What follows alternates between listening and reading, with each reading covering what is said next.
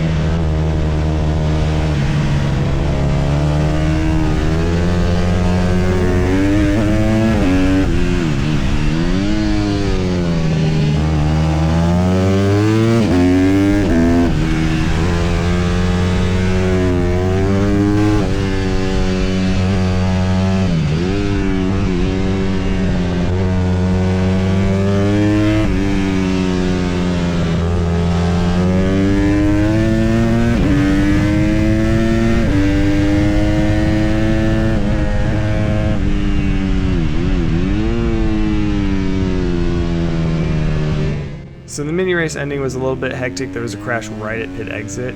I threw my hand up, but there was a yellow and a red flag and a whole bunch of people stopping there. I ended up going around for another lap, which is what we had planned on initially, but fortunately everybody was okay. I want to say a massive thank you to Shane, who organized all of this, got everybody on grid, provided clear instructions, welcomed everybody, made everybody feel super at home, as well as the Apex crew. Cade was absolutely master MC on the mic all night, playing the rad tunes, started a bonfire. It was a great time. I hope you guys come out to Apex. I hope you join Minimoto Alliance, and I hope you come racing with us. Thanks for hanging with me outside the garage. I'll see you on the next one. Attention in the paddock. We're gonna make this a 2-3 minute boost call for big bikes. Big bikes, 2-3 minute call for big bikes. I'm gonna be flagging these guys off in 2 minutes.